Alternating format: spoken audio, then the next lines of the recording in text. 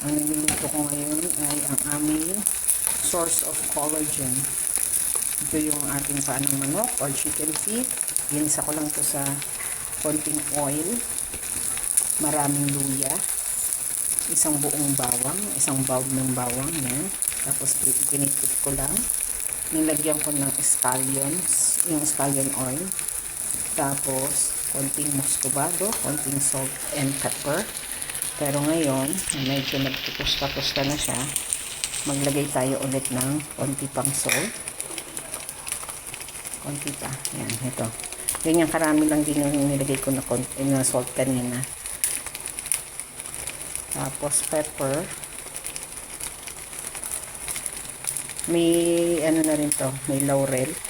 3 dahon ng laurel. Tapos konting muscovado sugar pa. Ayan.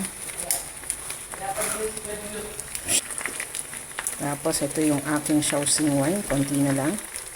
Lagay natin. Ayan. Tapos kung lalagay din tayo ng ketchup and soy sauce. Ayan lang muna natin wala yung sumingaw yung amoy ng Shaoxing wine. Pantanggal lansalin yan eh. Sige, lalagay na natin yung ketchup. Para may pula-pula yan. Hindi mo sinit pala. Yan. Tama na yan. Tapos soy sauce. Nagpa-assist muna ako sa sister ko. Gusto namin ma-achieve yung mala chicken feet ng nabibili namin. Kaya wala kami maltose. Kaya yan na lang. Ketchup na lang UFC. Sige, dagdagan mo pa tala. Dadamihan ko tubig. Yan. Tama na. Yan ang imimix natin muna. Sisimmer muna natin ha, yung kapit na kapit na bago tayo maglalagay ng tubig. Minimix ko pa lang. Tingnan nyo yung pupula-pula na, diba? Dahil sa banana ketchup yan. Tamis anghang. Yan. Yan ang ating sauce. Oh. Yan lang muna natin magkapit-kapit pa. Bago natin lagyan ng tubig. Doon na natin palalambutin. Yan. Okay din yan. Yan. Ayan, pulang-pula na. O, diba? Lagyan na natin ng water. Isang ganito ng water. Ayan. Yan na magpapala. Hintayin natin hanggang sa lumambot yan. Pakubain na natin. Ayan.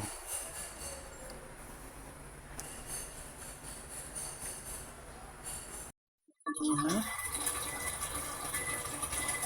Ilang natin yan. Para maluyaw na ito yung oil. May apoy na yan. Slow cooking na tayo. Ayan, after mahalo ko, tinakpan ko lang ulit. Ganyan lang. Yung mga oil na sa gilid, oh. Papareduce natin talaga yan hanggang sa lumambot. Konti na lang maging sauce. Kikibot-kibot lang yung kulo niya. Ayan. Para maluto din siya by steam. Nakaka 30 minutes pa lang tayo ng pagpapalambot. Pero yun o, makikita na yung mga oil and collagen na yan magkasama. Mas maganda, mas malapot pa.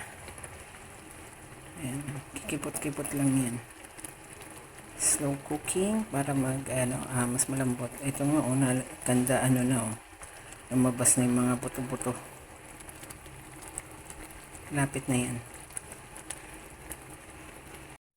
Na lang yung sauce. Ayan o, maganda na yung lapot niya o. Ayan o. Ayan. Ayan o. Ayan, ganyan lapot ang kailangan natin. Saka malambot na rin yung ating chicken feet. Ganda na rin ang itsura.